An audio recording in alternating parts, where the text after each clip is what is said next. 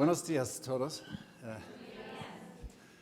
I'm going to speak in English, but there will be translation. And I'm really excited by the number of ladies here today, because this is where dentistry is moving around the world. And it's nice to see that so many ladies are interested in surgical dentistry and implant dentistry, because we're making a big effort in the UK to push this area. So great to see you all. And we're going to go through a lot, but I think we'll have a lot of fun. You'll see a lot of new stuff, a lot of interesting stuff, but a lot of it is going to be logical. So that's all you've got to just keep in mind is I've been placing implants for 31 years and only using these materials for the last 21 years and probably about 7,000 grafts. So this is just what I do and what a whole lot of us are doing. And the material now has about 50-60% of the market in the UK. So the conceptual ideas are taking off. Firstly, I'd like to thank Alexandra and Andreas and everyone at VitalCom for inviting me here. It's my first trip to Colombia, and hopefully we're going to have a little bit of fun as well. So let's see. And also a big thanks to Jeanette, periodontist, who's helping us with the translation. So it's good to be seeing everyone here, because this is what it's normally like. This was one of the last lectures I did, was the World Conference for the ICI in New York. So it's not just about meeting all of you and being able to communicate to your faces, but it's also about meeting people, you meeting each other, seeing old friends. So this is a great thing. And here's one of my old friends, Mike Pecos. I think you know him from the United States. I know Mike and Stephen Chu very well, and we've done a lot of work together. So it's always great to bump into old friends when you're around at these lectures. So my working with synthetic grafts has been a long road, because as you can imagine, in the United States, they're not the most popular graft. It's human donor allografts, and then probably a small amount of xenografts. But in medicine, alloplasts, synthetics are used a lot. So for me, it's taken a long time, 21 years, to get where we're going. And that is effectively ending up developing my own graft material about 10 years ago now, 9-10 years ago. I'd worked for many companies, and we led to the development of this. And the great thing is we've won many awards in the UK and in Europe already. But the most prestigious award is the Queen's Award, which we just won about 6 months ago. And you know, that I see as for a reward for all the 20 years I've done working with different companies in synthetics. So we're going to go through that with you. And it led to me going to Windsor Castle to have a chat with Prince Charles about what we're doing in ethical approaches. But my real inference is not that. It's not another dentist. It was actually this man, who is a famous man in Britain. He was a news reporter. And he did a program called Letters from New York. And my parents and many older people always loved his program. He then came to fame again because his bones were stolen and used in the American Bone Bank by the mafia. And this, at the time, I think it was 2004, 2003, was a really big thing in England because he was so popular. So not only were allografts, human donor bone, banned for many years, but they also, most of the patients said, ooh, I don't want some of Alistair in me. And this led me to thinking that what our patients would want is actually important as well. What they want is for us to make them healthy again, return their bone back to the state it was before. And this is, you're going to hear again and again. And they don't necessarily want foreign material in them for the rest of their life. And you know, it's not just an ethical thing. Biologically, it doesn't make sense as well, which is what we're going to go through. So there was the news report about the bones being stolen. I had a meeting in 2006, and Rocky Mountain alone sold 8,000 vials of human bone that weren't even sterilized, and they were stolen. So, you know, that just made me worry about what we're putting in our patients a little bit. I've just recently published this, again on synthetics with the University of Malaysia. It's just come out. As I say, everything will be on the ethos.dental site, so you can look up and download all the research and all the papers. But the success to bone grafting, the using materials, lies in the basics of good surgery. That's the most important thing, and understanding biology. I know biology is bandied around a lot, and then you find someone's putting a xenograft in the patient. I mean, how does that make sense biologically, that someone has to have some cow in them for the rest of their life? And occasionally you hear people saying, oh, I put graft material there, and it somehow didn't make bone. It's not the material that's making the bone, it's the human body. All these materials are doing, as you're going to see, is upregulating the host response, so improving the body's capacity to heal. And you will see later on, and I'll show you, so much so that we have a new buccal plate from a complete defect in as little as 6 weeks. And we load everything, even with no primary stability, at 10 weeks. So this is all about upregulated host healing. So I'll start off with that just because I want to show you. Now, I don't say do this, but I've done about 380 cases over 7 years and have had 2 failures, both heavy smokers. But this is going to show you the potential of this upregulated healing. So as you can see, the nerve is quite close. Yes, it's a 4-wall defect, a slight little buccal defect, and thin gingiva on the buccal. So we're going to just place the graft material in. We're then going to push the implant in so that it's got no primary stability and no bone-to-implant contact. You can see with these materials, we never overgraft. And there it is, no bone-to-implant contact and no primary stability. Here it is 10 weeks later. Can you see the new bone over the implant? And we needed a round burr to clear the new bone off the top of the implant so that we can now load it, and it'll be loaded at 12 weeks. Here is 11 weeks, 77 on Ósea, from nothing 10 weeks before. And this is not because of the material, it's because it's the materials helping the body heal. So what we do is we maintain the soft tissue and the hard tissue by preserving and regenerating. You can see there's before, that's at placement. This is at 10 weeks. You can see it's turning over to host bone. Loaded at 12 weeks, 1.5 years loaded. And that's just looking through a scanner. Chaz looking at the scan. At 2 years loaded, and you can see we've got adequate bone. 3 years loaded, 4, 5. This one's nearly 7 years. I need to get her in. So it's breaking the boundaries, but the only reason I did that was for us to understand the potential of the material that I'm now going to show you in many more cases later. The interesting thing, this was the new Megagen journal just came out, and there were ethos cases in a number on the front cover by someone, that's mine. And so we're now selling in 62 countries, and so it's becoming more of a global conceptual idea. So what is the key to all of this? The key is that I never use a membrane. I haven't used a membrane in 30 years or 28 years of doing implant dentistry. Why do I not use a membrane? Because we were born with the most incredible membrane, and that's called the periosteum. And it's not just the blood, because as you know, oxygen equals healing. So by putting a membrane, we're cutting down the blood supply to the sites, and I'll show you the research. It's not just that, it's the stromal cell-derived factors. These stromal cell sheets are induced by the periosteum. The stromal cell-derived factors are the BMP that encourages the mesenchymal cells to the site, which will then differentiate to osteoblasts. So by putting a membrane, we're in fact impeding the host's ability to heal.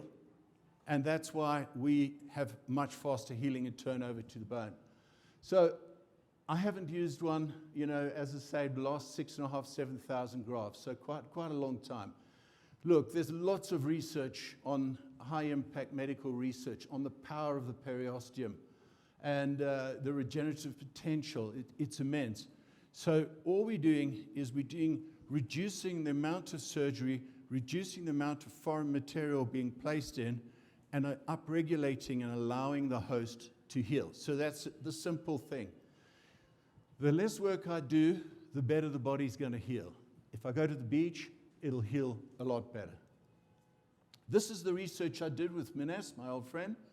And here, by using bovine bone with a collagen membrane and a fleece, when we looked at it at 8 weeks, when we took the core samples, there were 50% less blood vessels in the new bone.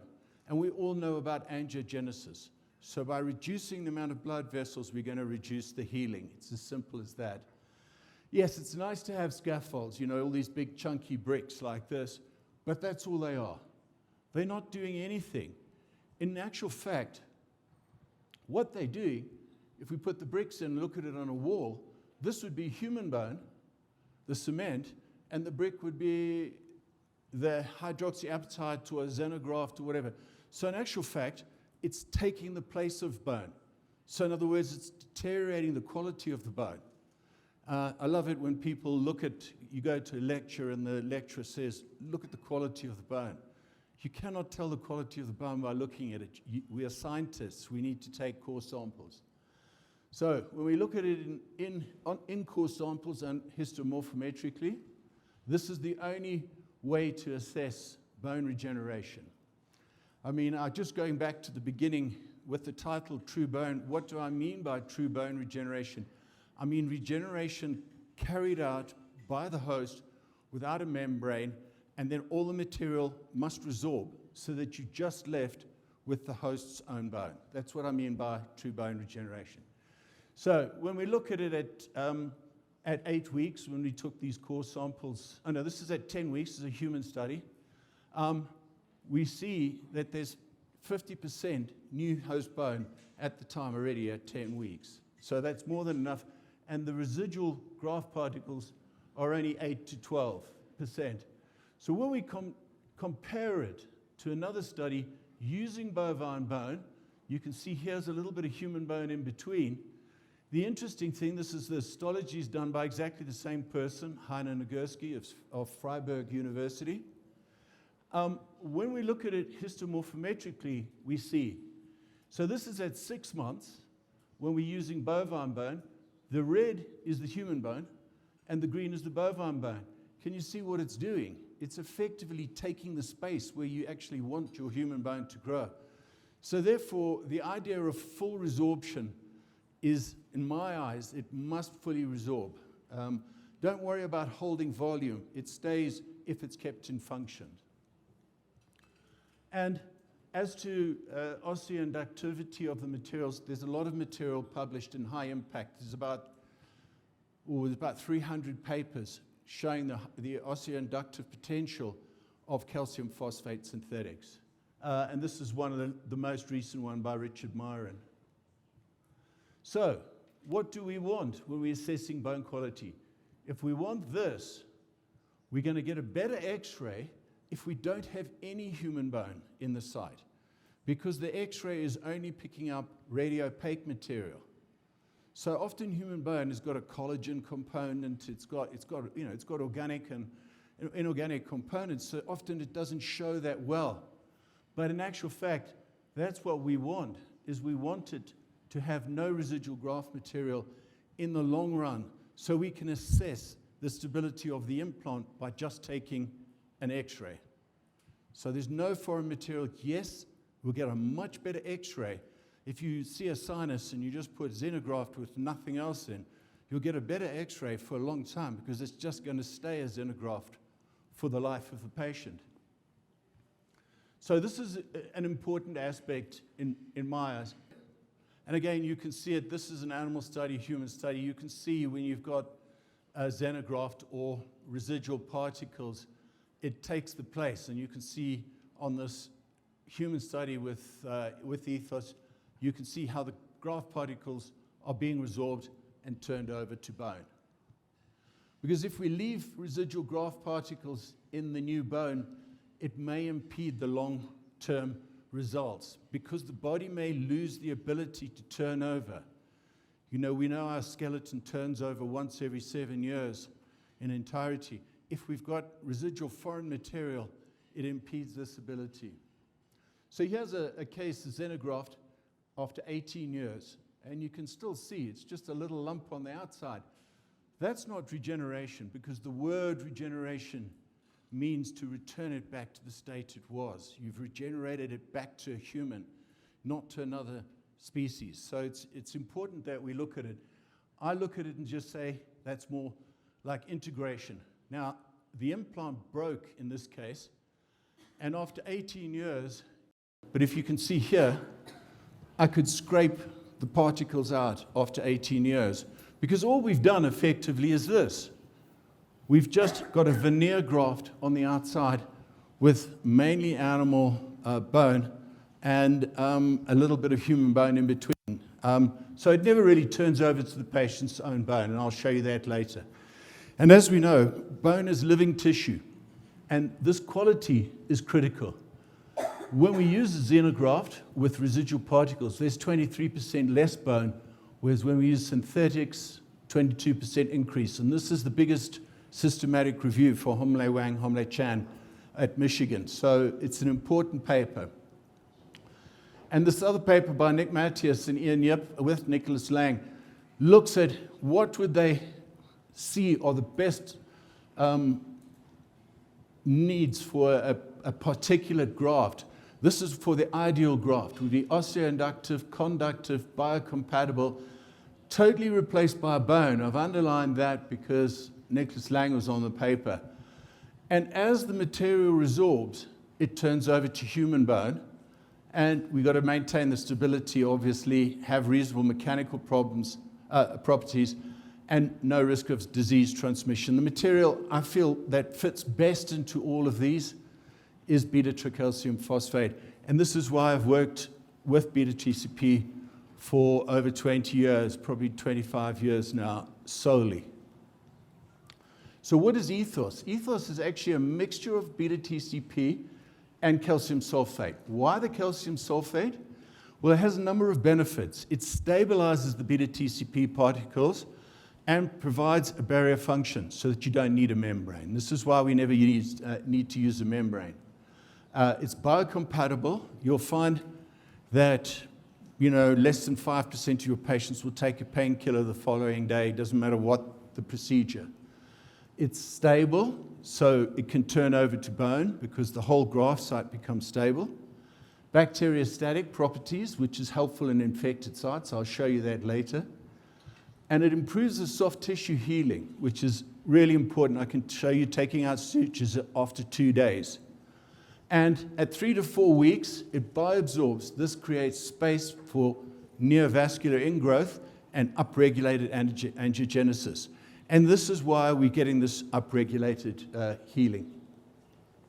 That's an electron microscope view of calcium sulfate. And here it is over the beta-TCP particles. And you can see how it forms a cover in the initial phases until it actually resorbs. Sorry, we're just trying to make it a little darker because I know it's quite hard to see things. But we've published quite a lot on this, on comparing them with the older ideas and the new things. All of this is on the website, so as I say, you can download it at any time. And we've done it in a number of languages. I'm not sure we've done Spanish, but there's French. I know we've done Greek. I know we've done Italian. And recently I've just done a paper in Russian. So it's to try and get that global feel, to get this concept across and this idea. But this was the initial protocol I did since 2001. And I published a paper on it in 2015. And this protocol really follows what we did before, which is extraction, leave it for 3 to 4 weeks, then implant placement with grafting, and then load it 10 to 12 weeks. But now I'm doing a lot more immediate and a lot more exciting things and a lot more different ideas. And I'm going to show you a lot of different ways when we get to the cases that it'll be overload. So you'll have a lot to look at. But we're going to start off with just the traditional technique. I'm going to talk about this case more, and then we can move on to, when I show you similar cases, we can go through the cases a lot quicker, okay? Because this case has got a lot of things that we need to look at. When we look at this site, this was 5 weeks post the extraction was referred to me. The important thing is the papillae, the keratinized tissue, and the loss of the buccal and the palatal plates. Now, this becomes important right from when we design our flap, because it's important that when we design our flap, we've got to understand, is there good bone here? Yes, there's bone here. I've seen it on the x-ray. The bone is missing entirely on the mesial aspects of this premolar. So we're going to move the incision. I should have moved it a little further, in fact, to there. So what this lady wants is to get a simplified procedure that she's going to have her own tooth back again in 10 to 12 weeks. And, she wants it without pain or without any complexity. And this is the whole idea of trying to upregulate healing. So here's the flap raise. Yes, I should have moved this a little bit further here. Now, these fenestrations, you can regenerate the bone over them as well, and I'll show you that later. So that's why this one's further across, because I'm going to graft over the site here. Now, the interesting thing is the loss of bone on this mesial aspect of the premolar. What do you do here? Can you see these little cells here? Those are probably progenitor cells in the regeneration of the PDL. And this is an interesting thing. So do you clean it? No, you just, if there's any calculus or anything on, clean that off, but then you leave it and you just graft up against that. And we are seeing good evidence of the regeneration of the PDL. So here we see we're just taking an angle to have a look. And now we're going to place the implant. You can see I've grafted with a wetter mix of ethos. We'll get to handle the material later on and how to make a wetter and a drier mix, because they're used in different situations. And that's why I like the flexibility when I mix. So it's not a set mix, because I use them in different situations for different things. So this is grafting the palatal side. Now when we put, there's the buccal plate. When we put the implant into, we're going to put it to there. So the rest is going to be actually out the side. So you can see that's where the implant's going to go to, this megagen. Can you see there's the buccal defect, there's the implant. But in my eyes, this is already a millimeter subcrestally, because I know from all the cases I've done in the past that the host will regenerate that bone in that period of time, 8 to 10 weeks. So you can see there it is in a nice position, buccopalatally. And then I'm using a drier mix. Can you see a drier mix? Now, this is an older case. I would now graft over here as well, and you can regenerate the fenestrations, which I'll show you in a minute. Okay, so there you go, sutured closed. Now, the other thing about flaps, what I like to do, everyone likes to do big releasing flaps. I look at things the other way. If you're going to do a big releasing flap, you're going to actually create movement, so all the gingiva is going to move. If you keep a small flap and not very heavily released, you can see by attaching it here, this site is a lot more stable. But the main thing what you've done is to create tension free. You see this gap on the inside. This is 5 days later.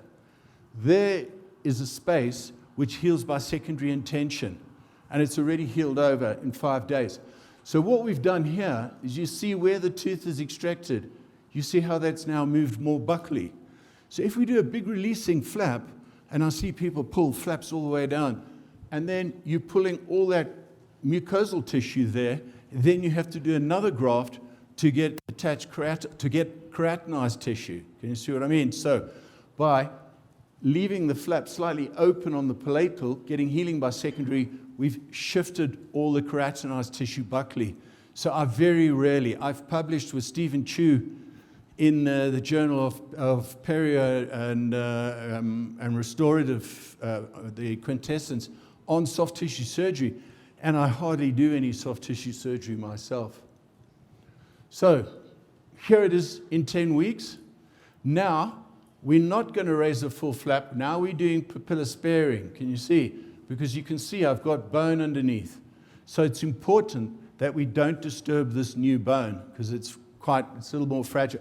I shouldn't have lifted this flap that big, but it's showing the new bone from, remember where it was before. Now you can see the implant's covered with bone. We'll need a round burr to access it.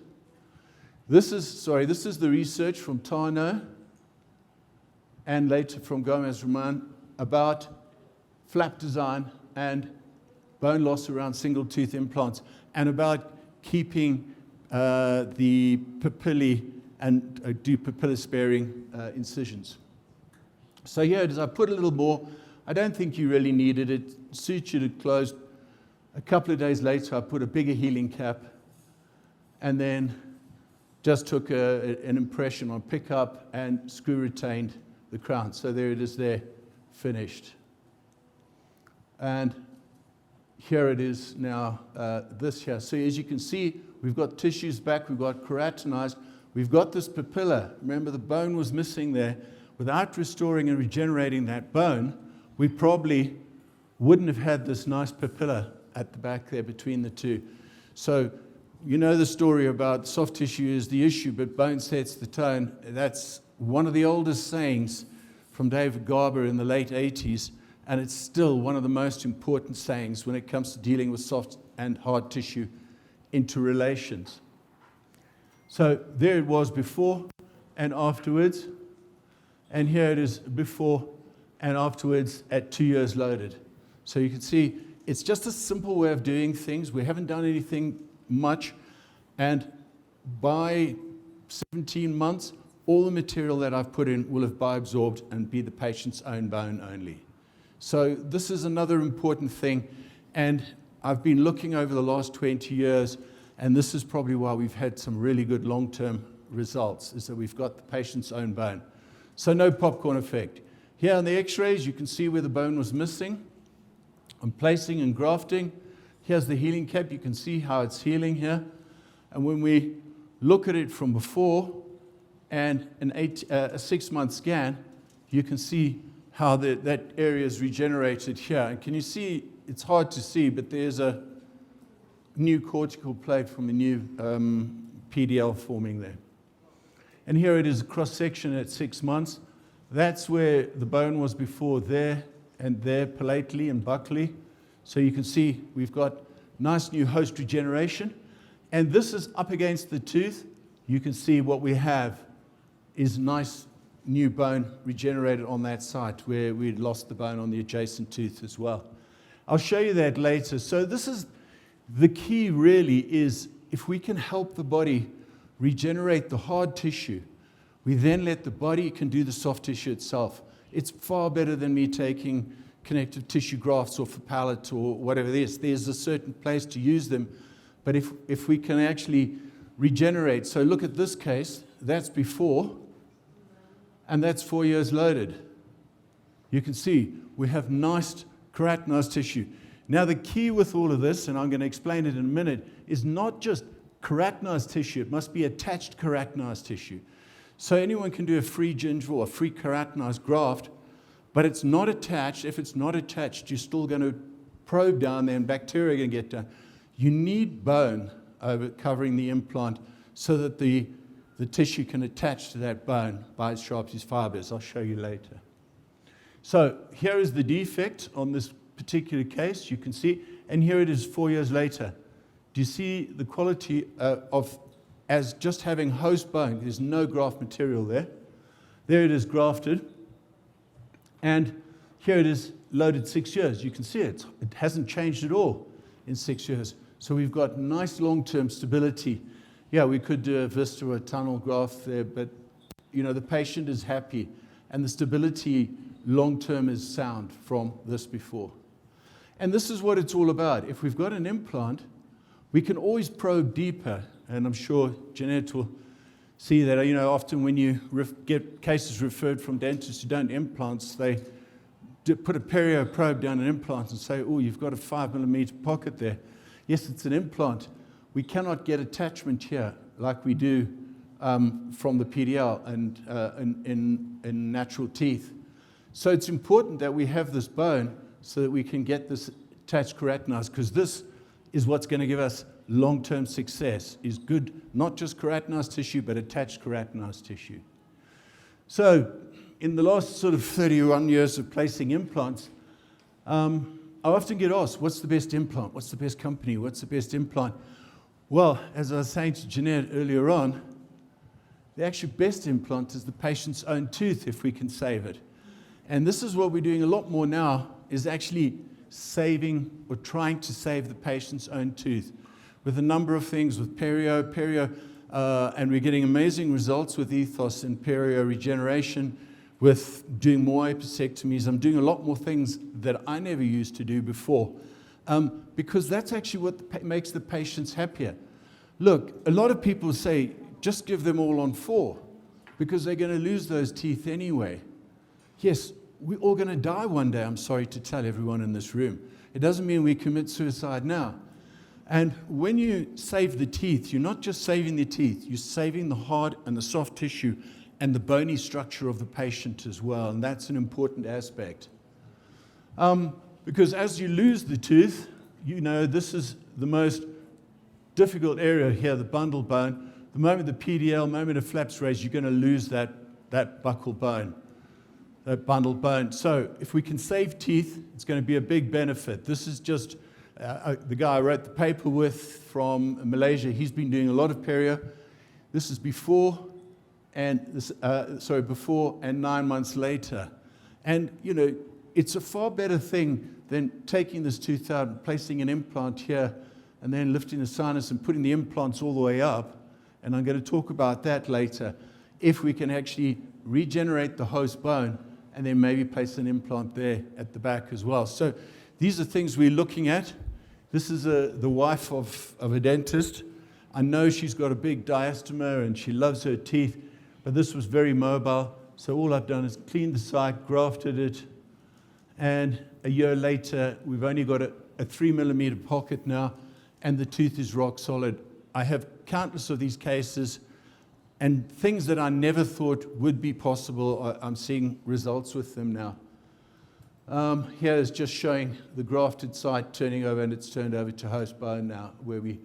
This is from another friend of mine, Mirage, and again, can you see grade 3 mobile tooth, or mobile upper molar? I don't know how bad this was. I've done a similar one where there was no 7, grafted.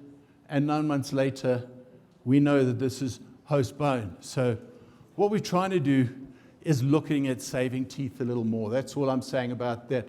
You know, both these cases were sent to me for all on 4, to have FP3 full arch cases. And this one's 10 years later, and he's still got individual, he can floss between each one of these. This is 2 implants here. I kept these 2 canines and bridges posteriorly.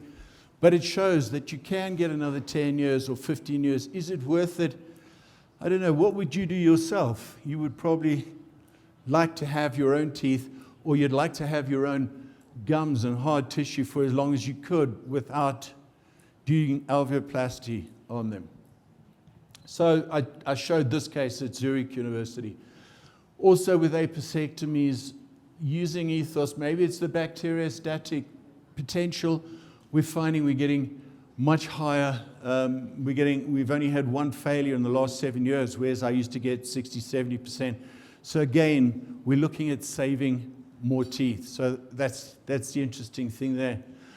But we're not going to spend too much time on that. And sadly, we do need to take teeth out. And I mean, I've taken out a few vertical fractures. I don't know if anyone else is seeing that.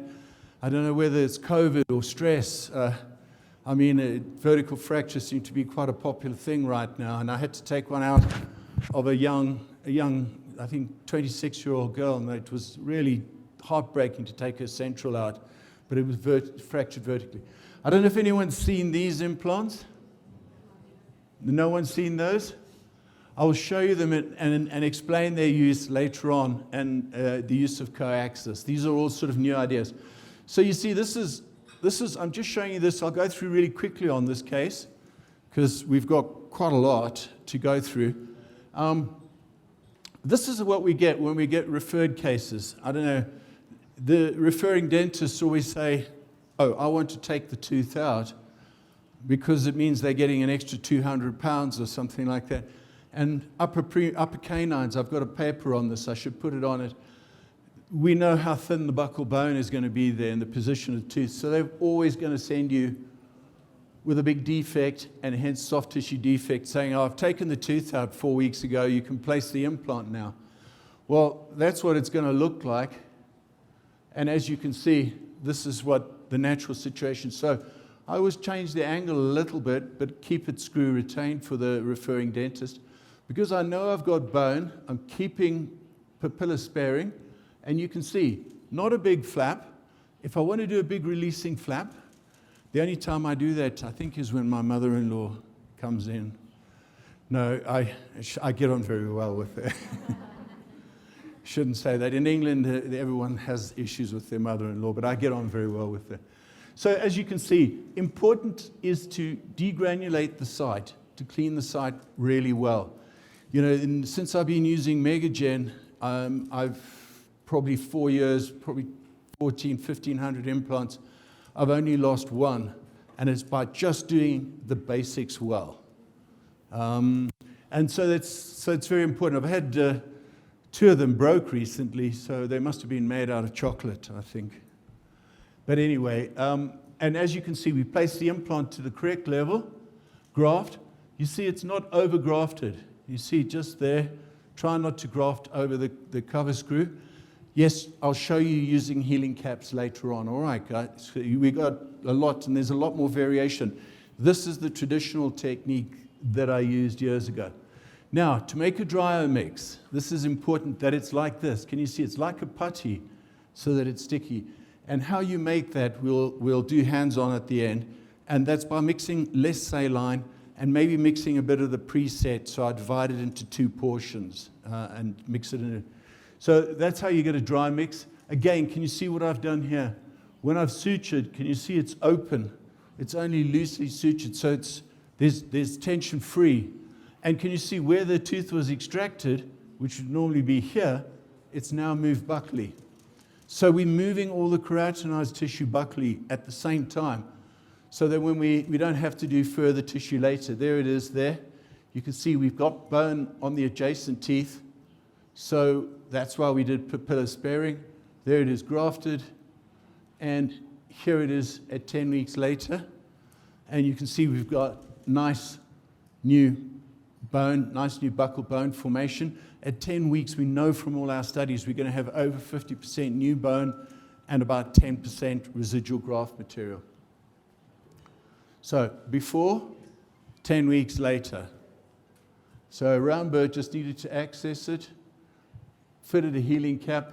I like using Blue M gel. It's just an oxygenating, helps the site heal. I'm not sure whether you have it in Colombia, but we use it. I use it on most of my surgeries. So there it is, and there it is at 10 weeks, ready to be sent to the referring dentist. Right, when we're taking off healing caps, cover screws, we're always introducing bacteria back into the site or from the soil, unless we're doing one-time, one-fit abutment, which we use when we're doing full arches, which I'll show you at the end as well. So it's always important to either put Blue M, some antibacterial, or even old school using Letter-Mix as an antibacterial, because when the bone is only at 6 or 8 or 10 weeks, when we're doing this, the bone is quite new bone, and it hasn't functionally remodeled, so it might not be a good cortical plate on some people, and that might lead to issues with the bone. Anyway, there it is loaded 6 months from before. So as you can see, I didn't do the crown. A lot of the crowns are done by referring dentists, so you can see how it's all healed. This is by Ignas, who's an Estonian friend of mine. Estonia, Tallinn is a really interesting city. There's some very solid drinking establishments, so I try and stay away from when I go there. But you can see there's the defect, there's the graft, and there it is at 10 weeks. You can see he's now got solid bone. So again, looking at a similar in an anterior zone, but here we've got quite a big infection, but I should have left papilla sparing here. Can you see at the top there? I don't know, is it dark enough? Can you see it? Yeah. Yeah, it's fine. So you can see I'm doing the same thing. I'm placing the implant into a wetter mix on the palatal side, deeper down, screw the implant in, and then place a drier mix of ethos over the top, settle it, set it with a dry gauze, which we'll show later. And there it is. You know, I didn't degranulate that well in this site because I was a bit worried about the vitality of the tooth next door. But as you'll see, it didn't matter. It all healed over. So that's a placement graft. Now, when you look at it like this, can you see? It looks like you're losing graft. You're not. You're losing the calcium sulfate element. So therefore, it looks less white. But in actual fact, you can't see what's going on organically. So if you had a look, you would see there's actually a lot of bone, still new bone growing right at that site there. And here it is. You can see at 10 weeks being loaded, it's still turning over to the new bone. And when it's loaded, you can now see how the bone's regenerated. And there it is at fit, and 2 years later. And this is 4 years loaded. That was before, 4 years loaded, and 6 years loaded. So as you can see, we have nice stability of both the hard and the soft tissue. Again, looking at it on X-ray, you remember that little area up there? You can see now it's all turned over to host bone. And we've got nice stability right to the top of the implant of the bone. One thing to look out is a spontaneous exposure. I was talking about that. It's happened to me. It hasn't happened to me in about the last 6 years. This is about 7 or 8 year case. You can see we've got a small buccal defect. There's the defect. There is the implant, placing the implant, and grafting, and then grafting with the dryer mix over the top. The patient then came in, and there was a little suppuration. It never healed properly here. You can see very poor perio. Can you see on this tooth here?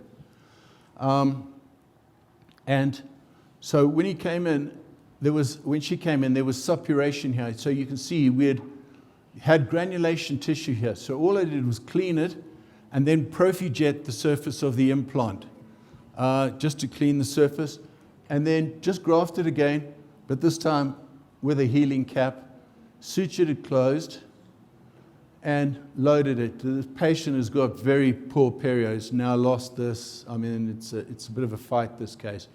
And here it is, I think 4 years later, and here it is 6 years later, and you can see we've now lost the tooth behind. But the interesting thing is 6 years later, we've got good bone support, and here it is visually there. That's the abutment, there's the implant to there, and you can see we've got solid bone where we had to regraft that side. I'm showing you this because people always want to say, what happens when something goes wrong? Well, things don't go wrong, fortunately, that often. But as in life, we're all dentists, we all know what happens. And, you know, you can every day, not every day, but every couple of months, you know, you'll have no problems for 6 months, and then suddenly you have 2 cases, something will go wrong. Like it happened with my fractures the other day. So the interesting thing as well is you always hear about Thomas Levensis and no lost bone, you know, not losing bone over X number of years. Well, what we find with this over the last 20 years is that in actual fact we seem to gain bone. If you look at this particular case, I've got it on a video case, and you can see there's the defect grafted, that's a placement. Then that's 4 years later, and here it is 7 years again. So we're keeping that stability by what we're seeing is the bone growing vertically. Now, this is important to look at when we're grafting without a membrane or without a cage, is stability. If we look at this, can you see what's happening here? See, as we're lifting, you can see the periosteum is moving. And when we make the incision, can you see what happens? The periosteum stops. so that there's no motion in it. So it's important to look at muscle pull when you're not using a membrane or anything's tacked down, because this movement can affect the differentiation of mesenchymal cells to osteoblasts. As I said, if you look at this case, there was bone needed to be rebuilt on the adjacent tooth, so I've done a bigger flap here. What I'm showing here is they're the sutures at 2 days, at 48 hours, and I can remove them at 48 hours because the healing seems to be improved with these materials, with the calcium sulfate. And here it is 1 year later, and as you can see, we've got a nice regenerated papilla. There's the case, external erosion, removed place and graft. This is at 10 weeks at loading, and that's 1 year later, and you can see the improvement of the bones. So, we see this often. You can see I just put this in with low primary and loaded it at 6 months, and here it is 3 years loaded. You can see the vertical improvement here. Vertical fracture, place and graft, that's at 10 weeks. This is at loading. Referring dentist was loading this case. Here it is 4 years loaded, and here it is 6 years loaded. You can see we've got good bone stability. So in this particular case, again, we're going to follow the standard protocol. And again, it's quite a bad perio case. He's actually a lawyer, this guy, so you have to be a little bit, and he actually does medico-legal, so he was the wrong guy to have in the chair. But as you can see, very severe perio case. Just remove the tooth. And here's the small defect. I've just put the drill in here just to show you the extent of the defect. So again, we're not going to be able to get much primary stability in this case, so we're going to use very reduced primary, in fact, very little. So here it is after 5 weeks of healing. Can you see the sites healed there? This is what I should have watched out, because where I made these incisions was bad. I should have extended this because the bone loss further away. It's a few years ago, and this was a terrible incision. Can you see how it's already pulling away? So I really should have thought maybe the distal one is to not make a vertical incision, but just to pull the tissue away. It's easy in hindsight when it's in big pictures. But what we're going to do here is you can see all the granulation tissue. So we've just taken the granulation, but we're going to keep it on one side, on the palatal side, so it's still attached palatally. Then we're going to clean the site. Can you see how nicely clean that is? That's where the palatal plate bone goes to there. That's the buccal defect. You can see the root of the tooth next door. And we're going to do a little osteotomy there, so we're only going to get one thread in. Can you see just down there? Anyway, as you can see, there's very little. So we have one thread holding it into that little bit of bone there, and that's all graft material. And you can see there was a complete loss of bone on the adjacent tooth. Then we do the same thing, place wet mix, place the implant, graft, dry mix over. Then I put this granulation tissue back over the top of the graft so that it helps the soft tissue heal. Here it is at 10 weeks. Yep, this is the result of my bad surgery. You can see how it pulled away there quite severely. Now again, at 10 weeks, don't worry about it here. We're going to get more regeneration because we're not seeing the bone, because the x-rays are not particularly good at showing the organic and new bone component.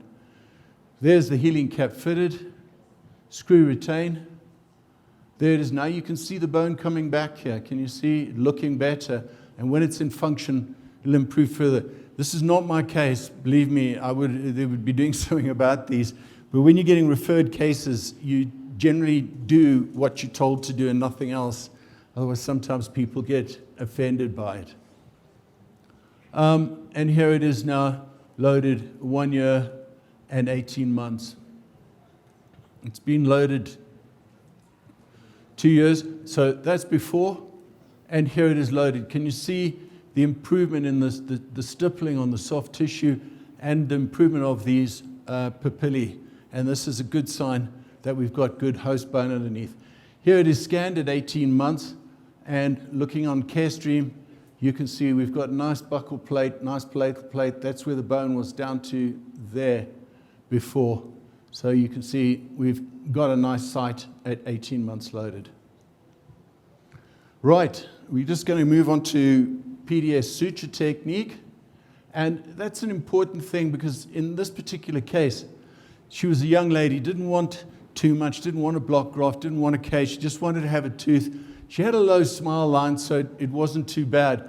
But you can see she's got very little bone. The sinus was about here. And if we look at it, that's the level of the bone. So there's going to be very difficult to work for, plus the plate was very thin. And as you can see with the tissue, there's a serious issue here with the ruga from the palate over onto the buccal surface. So here it is with the flap raised. Now you can see this knife edge ridge on when we're taking a measurement to get the right angle. I tried to use Versa to split the plates or to try and get some expansion, but it was impossible. So we decided to use the 2 PDS suture technique to build out buccally. And the way this is a green Stabilock drill, and we make 2 holes, one here, one here. And then after we've placed the implant, can you see I'm placing the implant, the osteotomy slightly palatal. So I've grafted down the palatal aspect first, then place the implant to the correct height. Now this implant is going to be 2 millimeters or millimeters subcrestally when we're finished. And we now get this 2 PDS suture, and we cut a short section, and we put one section in here and bend it over, put the other end in there. And it forms a nice tent that's soft and not like a screw, and it also resorbs at 6 months. So we don't have to do secondary surgery to come and take it out. And then we've just grafted with ethos as normal. Sutured closed with PTFE. I like using PTFE. Some Blue Am gel and an RA. I found they were a waste of time because the patients just pull them out. And here it is 10 weeks later.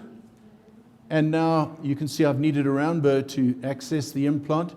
And from that knife edge ridge, we've got a nice wide ridge. So I can place the healing cap with Blue M. And here it is before. Can you see this knife edge ridge? You can see now how nice and wide the ridge is here that I'm holding with the periosteal elevator. So we've got width and a little bit of height. Whoops. And we can see here, that's where the bone was to that level. Can you see when we placed it? This is a little bit of graft that we put palatally, grafted buccally. This is at 10 weeks. As I say, the bone doesn't look as good because a lot of it is new bone. And here's the healing cap, referred back to the dentist. This was 3 months after he restored it, and it wasn't ideal. There were a number of things wrong with the crown, and I spoke to him, but it's quite difficult, and you'll explain. I'll show you in a minute on the x-ray. But nevertheless, the patient had a tooth, but 18 months later, you can see how the tissues have now matured, and she's happy with the outcome. 18 months later, you can see the problem with the crown. He should have had more of a platform switch here and a polished metal abutment rather than having it with porcelain on it as well. Anyway, so this was at 4 months, that's at 18 months. Whoops. I think someone's, it's back, okay. All right, so there it is just scanned at 18 months. Now, another way of doing this is using a crossover style. Can you see by crossing over like that, you get a little more support, so you just drill 4 holes, cross over, and it gives more support to the site. So here's placing the implant. Can you see? I use this where we don't have a real sharp wall defect, where we've got more like it's effectively a one wall, so it helps stabilize the graft and helps to turn over to host bone. There's the technique, there's the graft, and here it is loaded 2 years now, and you can see we've got nice hard and soft tissue stability. Oops, this is the research for that. It was published in 2014, I think. Yep, 2014.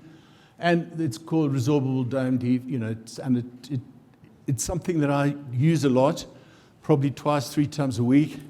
and I'll show you more cases using it later and showing the benefit of how it can be done. This was done with different materials, so it works with different materials and different ideas. Now, this is looking at a more extreme case. Yes, we probably should have done a Curie plate here, maybe something, but he was terrified about doing anything, and in actual fact, he didn't come in for a while. So you can see we've got a concavity here. This fenestration will be repaired. I'll show you how to do it. And we're going to just place the implant here and build new host bone buccally. So by just doing it like that, it helps stabilize the material in the site, and which will then turn over to bone. So there's the site there. That's before. That's five days later. Can you see the improvement? You can see the healing by secondary. What have we done? We moved the keratinized tissue buccally again. So we've done the same thing here. And here it is at 10 weeks. Here's the new buccal plate. Can you see here? And you can see hard bone over the back of the implant, so we need a round burr to access it. I did papilla sparing on this side. I wanted to try and graft again here because I was worried about the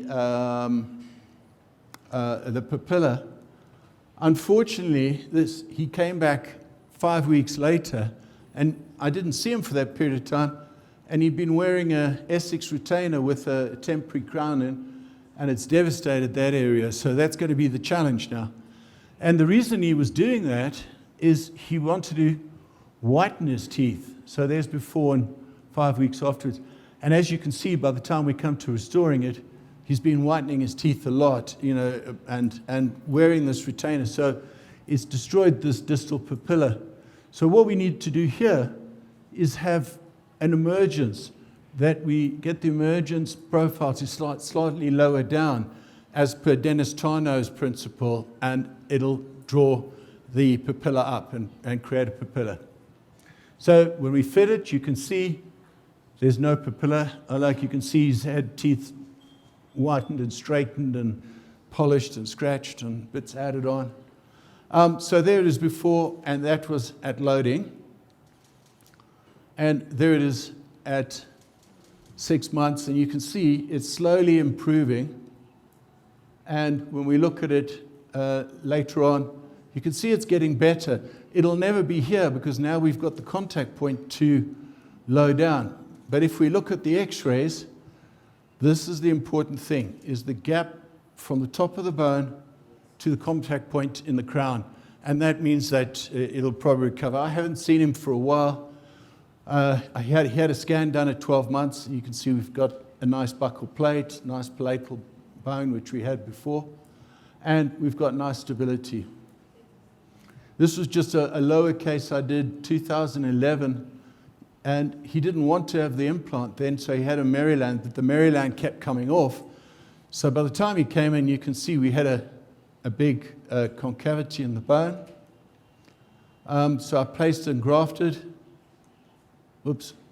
And here's the case 7 years later. Okay, I didn't do the crown. The crown's not ideal, but you can see we've got nice hard and soft tissue stability 7 years later. So we're going to just go now into, I know gets a little hot in here. We're going to go briefly into some science and some animal, and then I'll get on to more complex cases after that. Okay, this is an animal study with rabbits. We at Ethos are not doing any more animal studies now, even if it means that we can't go into certain countries, because we feel that it's not really that important and not a fair way of doing research. But here it is, 8 millimeter critical defects. This is a xenograft, and you can see, yes, it's worked. This is at 8 weeks post-op, because rabbits heal 2 weeks faster than humans generally. And we've got a good site, but you can see there's only 5% rabbit bone in there. Autogenous is the gold standard. It works, but we lose volume. We know that. And this is the equivalent 8-week healing of Ethos.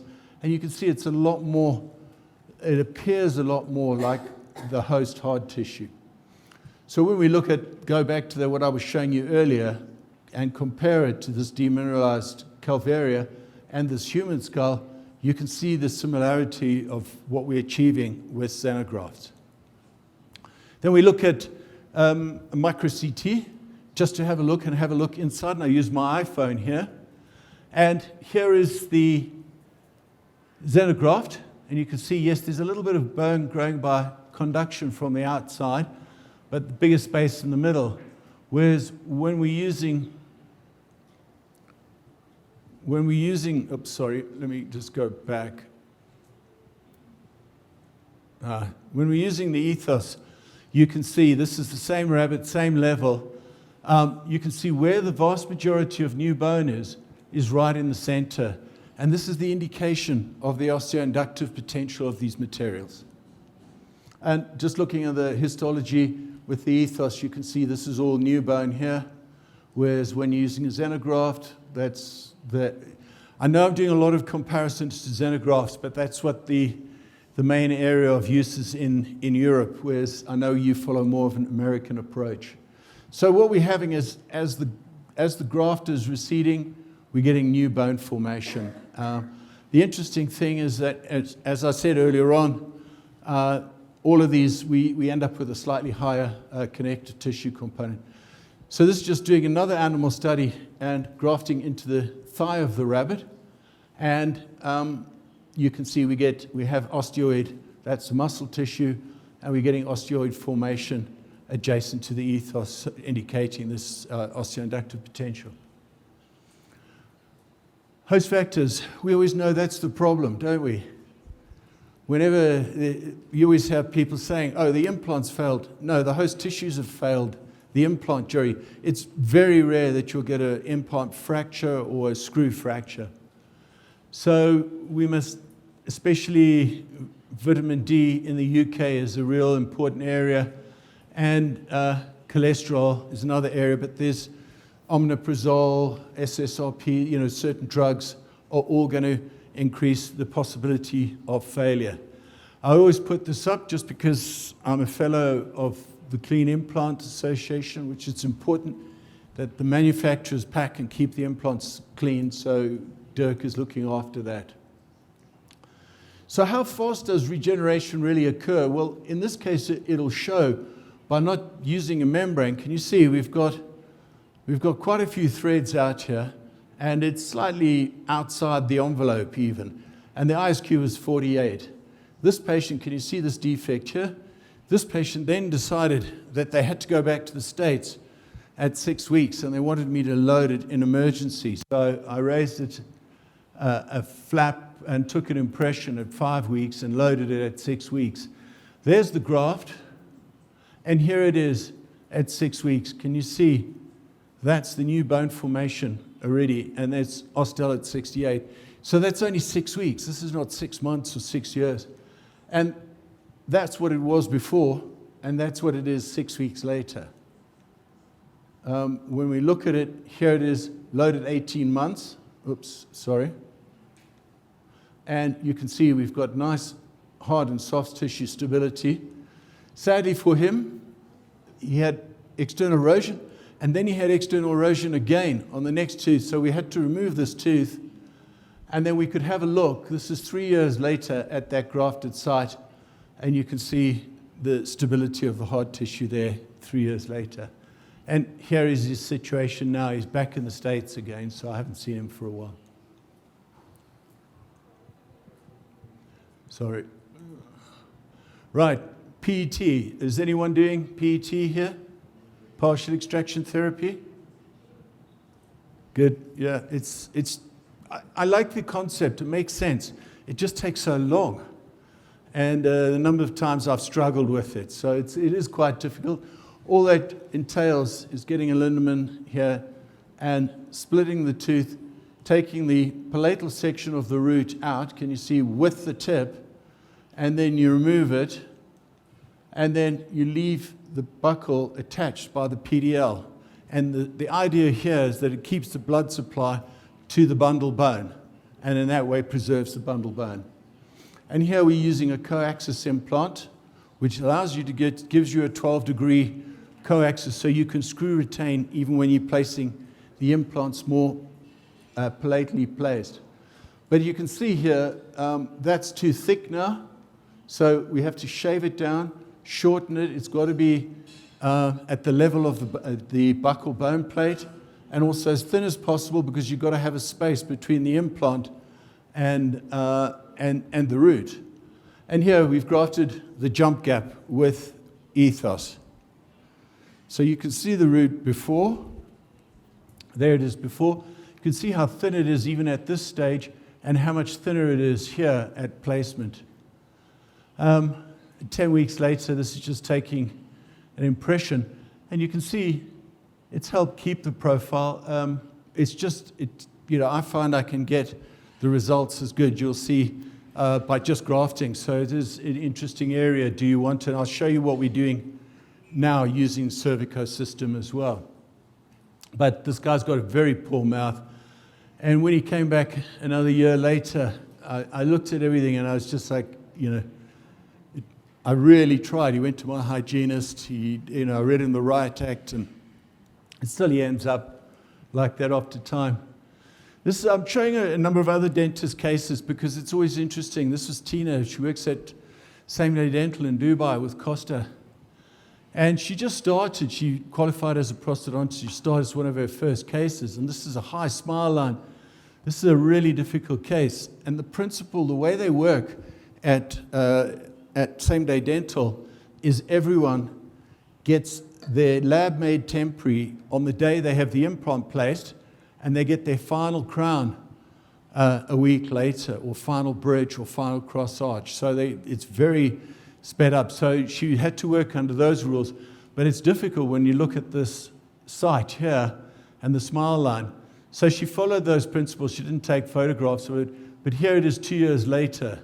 So all she did was remove the tooth, place the implant with a coaxial as an external hex, and that's the soft tissue result. And there it is there.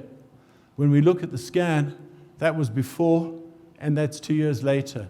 So all she did was place the implant at an angle. Can you see it's got a coaxial? So the screw part is actually angled at 12 degrees.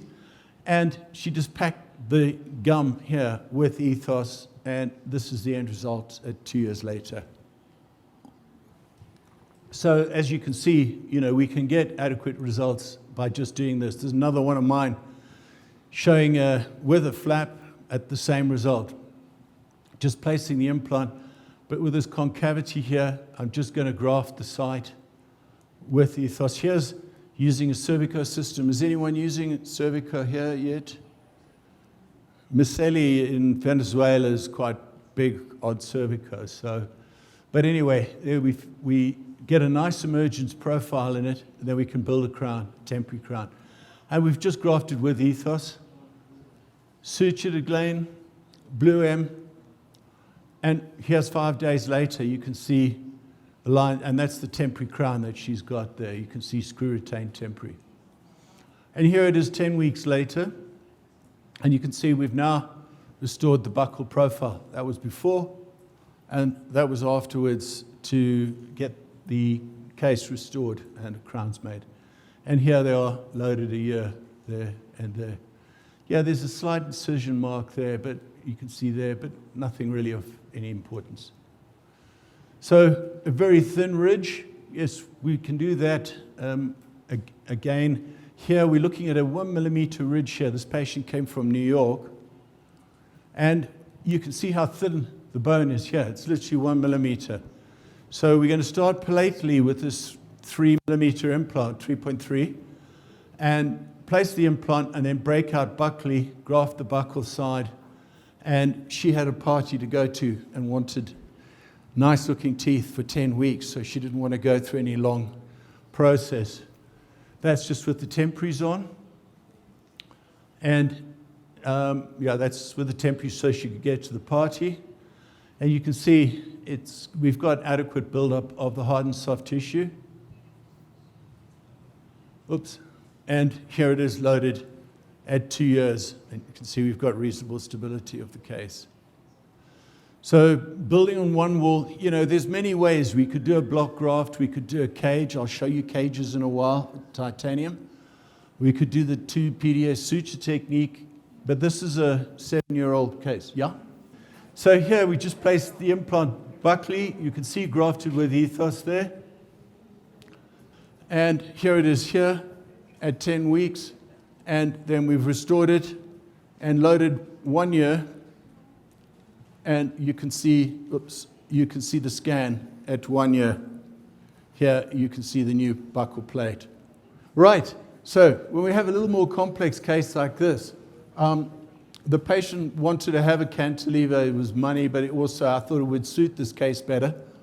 So you can see again, what we want to do here is to not do much. Let the body heal itself. Let the host heal the soft tissue itself. So all we do is take the roots out, take the teeth out, and let it heal for 5 weeks here. And you can see how much it's healed already. We've got nice keratinized tissue in there, and it's healed quite well.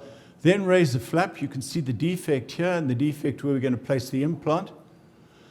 What we're going to do is mix HA into the one bowl of ethos and have plain ethos for the other one, because this is going to be a pontic site, so there's no function on the implant, so the bone may model away the new bone in time.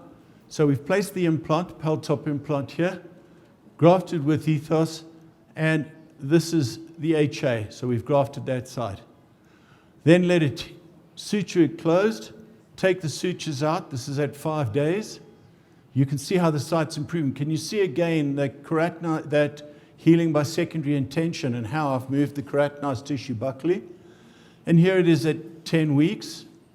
When we raise the flap, you can see the HA particles here, and that's the new bone over the buccal of the implant.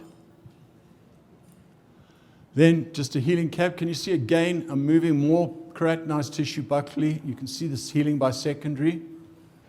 And then just fit the restoration a week later. There it is there. Yeah, maybe I should have got the technician to work a bit more on getting a sort of more formation there. But this is 18 months later, and you can see we've got nice stability of the tissues from where we started. So we've taken it from there to there without doing any soft tissue surgery or without doing any complex work. And here it is scanned. There's the new buccal plate over the implant, and here's the HA side 18 months later, and you can see we've got stability there. So there's the new buccal plate over the implant and the HA side. So the whole idea of degranulation. So this is going to be using a southern inverter case, and it's an implant designed by Stephen Chu in New York, where it's got a bulbous implant and then a narrow head. And that's to give us better bone at the place we need it most, which is at the cervical margin. So we've had a root fracture here. You can see it all the way down there, and some bone loss mesial. So we're going to just remove the tooth carefully and then degranulate, especially this site. There was a lot of inflammation tissue, and needed to be cleaned out. And we now place the implant into the palate. We got special drills. These are really long drills to stop chatter. And you place the burr, can you see, into the palatal wall. And you can see the angle we can use, because we're going to recover it with the way the implant is. I'll show you in a minute. Now you can see we've got no buccal plate. Can you see the instrument I'm pushing here is pushing the soft tissue out? And this is the implant. Now the interesting thing with the implant is this bulb here gives us very high primary stability, so we can immediately load it. And this narrow portion is for us to get better bone around at the important part near the cervical. So you see, when we put the implant in, the angle that we can screw the abutment on allows us to screw retain it, even though the implant's at that angle. And that's the whole idea of coaxis by Southern. And it works very well. Now you can see we've got a buccal defect here. I'm just measuring that we're deep enough here with the cervico system. And we measure the exact size that we want for emergence profile. Then we're going to graft with the ethos down the buccal side. Can you see the emergence profile that we made prior to making the temporary? And there the ethos is. We put a healing cap on, then just screw the polished temporary in, and blue M gel. And here it is a week later. And you can see the site's healing nicely. And here it is 3 months post-op. You can see we've kept the papillae. We've got nice soft tissue profile. And if we look at it on the x-rays, you can see this is where the fracture was going down here. There's bone loss here. That's at grafting. And that's 3 months later. Can you see it's turned over to really nice bone? And the concept of this implant's working well. Can you see that's where the bone was lost here? And here it's all been restored. Oops. And here it is at fit. And you can see we've now restored the case adequately. Okay. I think that's before and after. Right, we're going to start off, first of all, with a block graft, an allograft block from Rocky Mountain. And as you can see, we had quite a big defect here. This is my friend Robert Oretti did this. And we've put a Rocky Mountain block there. The interesting thing here is the roots of the teeth next door. Can you see these two roots that are exposed? Then he covered them with ethos at that stage. And 4 months later, when he opened up, can you see where the roots had fenestrations? They now regenerated new bone. So if you look at it from before on the scan to afterwards, you can see how much it's improved. Okay, so this was an interesting thing for me because I don't often raise big flaps. But in this case, he raised a big flap to see the result, get the screw out. And I can now see why a lot of the hospitals are using ethos in their rehabilitation and post-cancer treatment. So there it is there, just taking out the screw, a little more ethos, and it's ready to go. So titanium mesh is another area we can use. The interesting thing is how fast it regenerates again. Here's a small buccal defect, and then just used a iGen cage. I know I spoke to the lady with Megagen here earlier on, so Veronica. But anyway, here's an iGen cage and the ethos underneath, and you can see that's the x-ray. Then here it is at 12 weeks later, and you can see we've got nice new buccal bone over that side. You can even see the stippling from the cage. So that's before and that's afterwards in 12 weeks. Again, the main thing is to avoid using blocks if we can. We always feel that particulates give better regeneration of bone. In this case, again an iGen was placed, and then at 7 weeks it started to perforate through the soft tissue, so he decided to take it out. And the young dentist who was doing it William thought that he was going to lose all the graft, but when he took the cage off, he saw this. Can you see that's the periosteal elevator? You can see we've got 3-4 millimeters of new bone. When we take that as a starting point, that's quite a result, and that was at 8 weeks. So again, without using a membrane. The key with meshes is to, if you can use, the bigger the holes, the better. And that's something we've known since the early 90s. I think Schenk did all the research on that. So you can see this is posterior mandible. You can see where the bone level was, and he used the mesh to help build vertically, and here's at the restoration of the implants. So his lecture on using a titanium mesh with ethos is on the website, on the ethos site. So, you know, the interesting thing is from 2016 to this is Vasa and Pagama, 2019, you can see what it does is this improvement in the keratinized, the attached keratinized tissue. And I think it's because the bone quality is that good, we're getting this improvement. Again, you can see another case of his from 2017 to 2019, again, full arch, all loaded. So when we're actually using Cervico, it gives us a full opportunity. This tooth was taken out at the referring dentist. She's about 35, 36, and it was the upper left molar. And you can see by the loss of tissue already. Now, what we're going to do here is by using a cervico, we can pre-do the hard and the soft tissue, so the patient only comes in for one visit. And then basically the next visit they come in 10 weeks for impression and a crown. There's the loss of bone after the extraction. With the flap raised, you can see the reason why. Can you see the adjacent root here? That's why I've extended the flap to the next papillae on both of them. Right, so here's the site. We're going to place the implant into the trifurcation.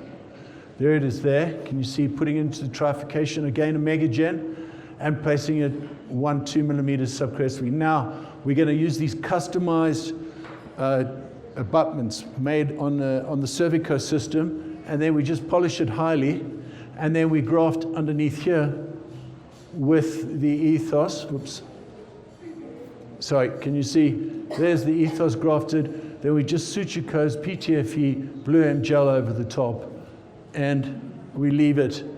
Take the sutures out after 5 days. And that's the x-ray. And here it is at 10 weeks. You can see how now the patient comes in, no injections. We just unscrew this abutment, and we've got this emergence profile. So we're starting to do a lot more like this because it makes it easier for the patient. So that's before, and that's in 10 weeks' time. And these are all ways of trying to actually reduce the amount of surgery, reduce the pain in the patient, but reduce the interference to the host all the time so that it heals better. And here it is loaded 9 months, and you can see we've got adequate tissues. And there's the x-ray loaded at 9 months and 18 months. So before and after, and you can see how it actually takes away phases, but you can actually see that we've got hard tissue there as well by the build out of the tissue. So taking that further, we're going to look at it now and combine it with a 2 PDS suture. This is a lower left 6, and you can see we've lost the keratinized tissue, lost hard tissue here. He's getting sensitivity from that exposed root. So we want to try and rectify all of that and improve that tissue as well. So again, we're using the cervico just to measure the right size of the emergence. We then place the implant, again a megagen. Oops. And as you can see, I'm going to use the suture technique, one hole there, one there. You see, you put one end in, then you get the tweezers, and you bend it over, and you just put the other end in. Because the suture wants to straighten, it makes it very stable, because it naturally has got quite a spring to make it, and it seems to have quite a soft, sort of, on the soft tissue, it has a very smooth finish on it, so it doesn't break through or anything like that you can get with tenting screws. And here it is now, fitting the cervical emergence profile abutment. There's the tent. You see how we make it in a system where you just use composites and then you polish this highly. And that allows us to then just graft underneath and suture closed. Here it is 1 week later. And you can see already after a week, you can see how things are improving. And here it is at 10 weeks, and it's ready for an impression now. And there it is loaded a week later. And here it is now 9 months later, and you can see this vertical improvement in the hard tissue and the soft tissue, and he's got no sensitivity on the 7 anymore. You can see how it's from there, can you see that, to here now. We're much higher up. So it's improved that for the patient as well, and this is at, I think, at 9 or 1 year loaded. This is just showing you the effect we can get by using these soft tissue formers without doing anything. Look at the effect of the improvement of the keratinized tissue on this adjacent tooth. So all this is splitting. The ridge was actually all right. Put a little bit of graft in, soft tissue former, customized, and that's all you do. Then the patient comes back when they come in, and it's looking like that. And you can see the improvement on the adjacent teeth. So it's a very good technique that we're using a lot more. You don't need the cervical system. You can make your own emergence and get the thing. Money tooth, the lowest 6, we always know This is the one that's going to make us money. You see the root was left behind, did the extraction, placed the implant to the correct level. Okay, you can see this is subcrestal. Grafted, never overgraft. You can see it's only got 4 weeks healing on that. That's at 10 weeks. And here is the flap raise. And you can see gone from there to there in 10 weeks. Yes, it would have been nicer to have had a healing cap here so we wouldn't have to drill through and get to the implant. And there it is loaded, 18 months, that's before, and at 18 months. And here it is at 7 years, and you can see again the improvement in the hard tissue. And here the crown is at 7 years. I didn't do the crown, but it's nice and stable, both hard and soft tissue-wise. Can we go a little bit vertically? Yes, even on the posterior mandible, you can see where the bone level was. Place the implant Megagen. I've just grafted a small amount over the top. This is at 10 weeks. It's turned over to bone. And this is now at 2 years. And hence you can see we've got a reasonable fitting crown. This is done by Ludwig Hansen, Swedish distributor. And what we're going to see here is the improvement in the hard tissue and the soft tissue. You can see there's a lack of keratinized tissue on this side. He's placed this implant with ethos into that socket and placed an implant behind, overgrafted it a little bit, but here it is at 10 weeks.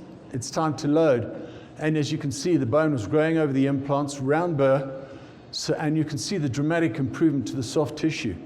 So that's the improvement on the hard tissue in 10 weeks.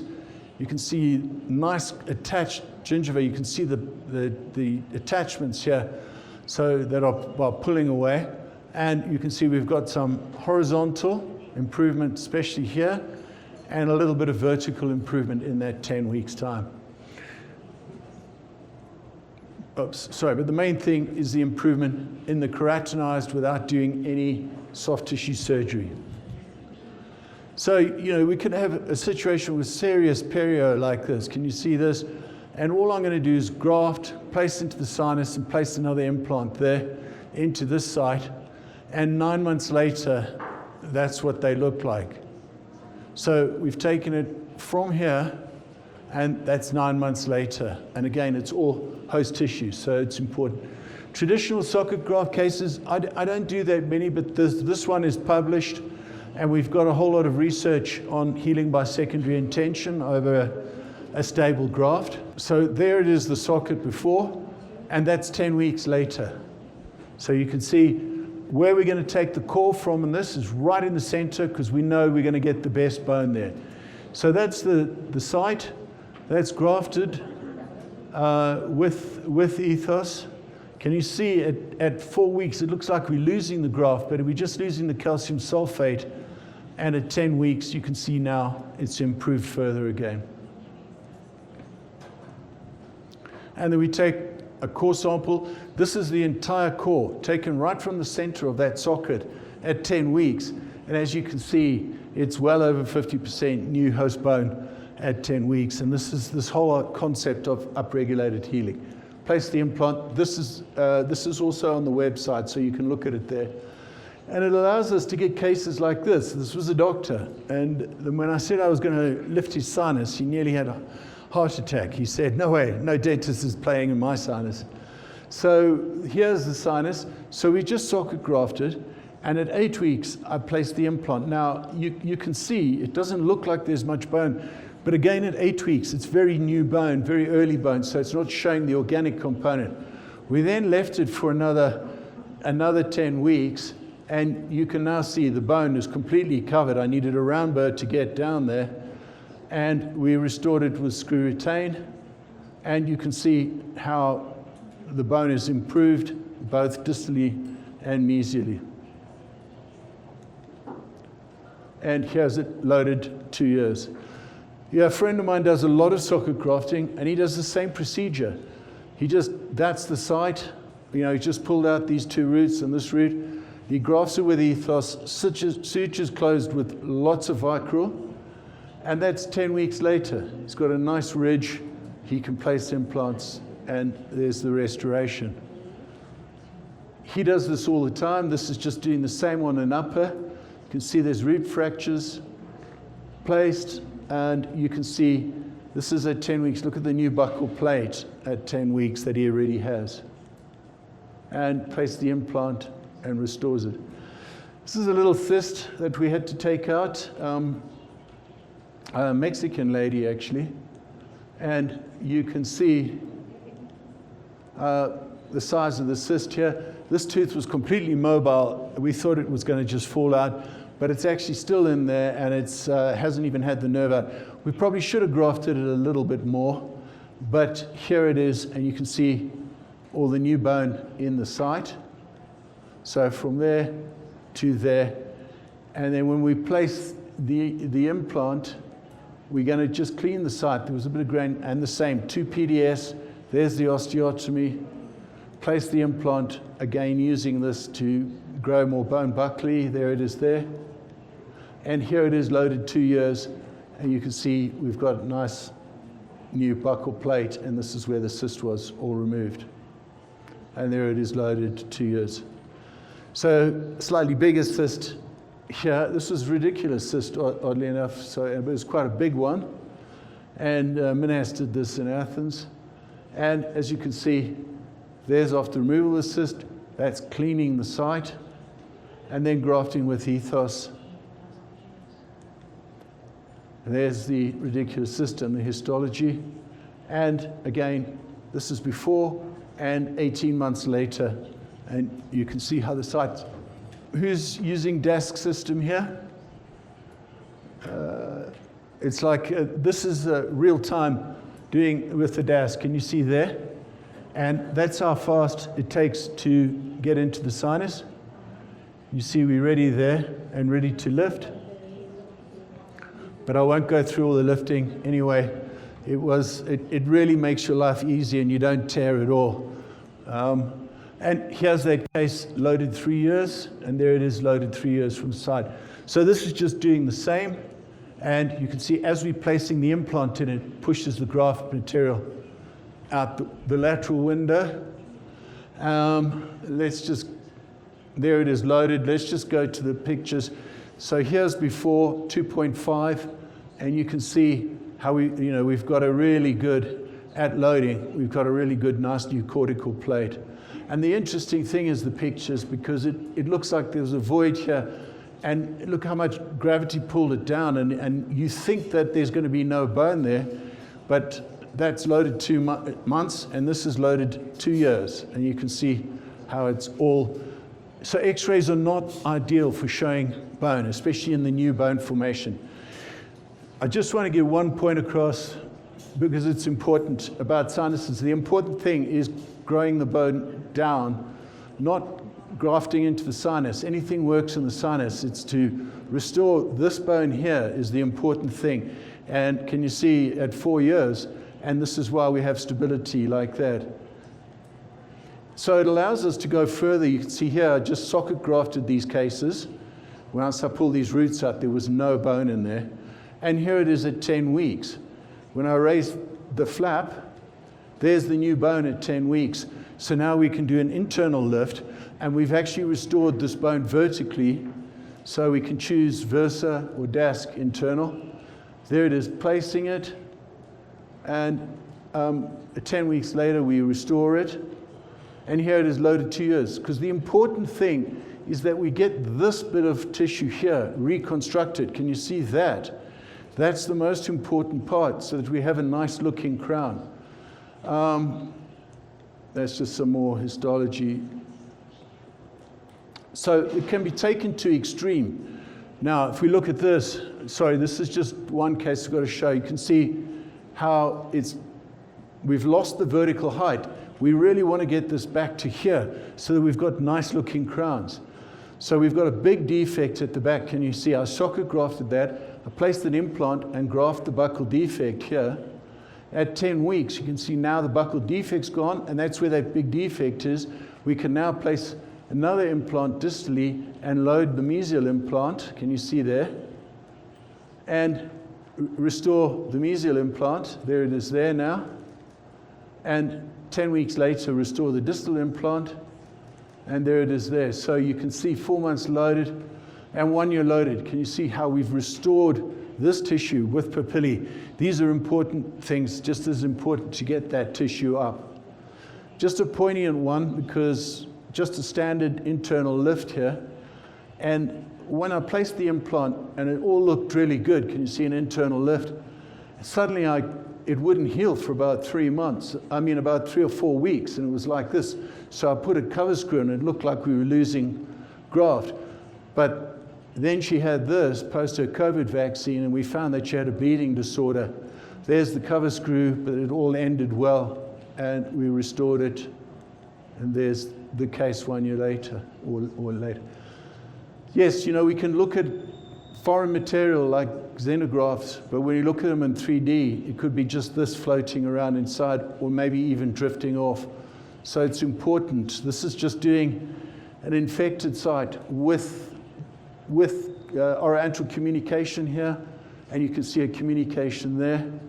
So you can see the soft tissues attached, so we tore the lining, and we just grafted into the site, and pus was coming out. But as we grafted it, that's the graft, the lateral window, and the oroantral, and there it is at 8 weeks, and that's an infected sinus, and it's there, got 10 millimeters to place an implant, loaded 4 years. Finally, just my nurse here is a tunnel graft, and again, she didn't want to have any big surgery, so we've just done a little tunnel, put a little bit of ethos into this area here, and then placed an implant after 8 weeks with a little more graft and put a healing cap on. And there it is restored. Here it is loaded 2 years and loaded 6 years. And you can see we've still got nice stability of the case. Zygomatics, we're doing more. We use just the ethos around here to improve the site, to stop this happening, and getting nice soft tissue. Here's just a zygomatic where we're going to graft the whole way with ethos, and we've got new bone formation, and therefore we've got nice tissue formation, keratinized tissue. Finally, full arches, I'm using hybrids, external hexes, 1x1 fit, and you can see with ethos there, and that's fine. It's just nice to see it's being used. Here's the iliac crest graft. And finally, just external cases. I'd like to thank everyone whose work I showed here. That's my address if you're ever in London. We've got 3 or 4 bars across the road, which are quite popular. So you can always join us. So I'd like to thank, and especially at VitalCom, Alexandra, and everyone in the team. Thank you for all your attention. I'm sure there'll be questions at the end, but we'll see you then. All right. Thanks. Bye.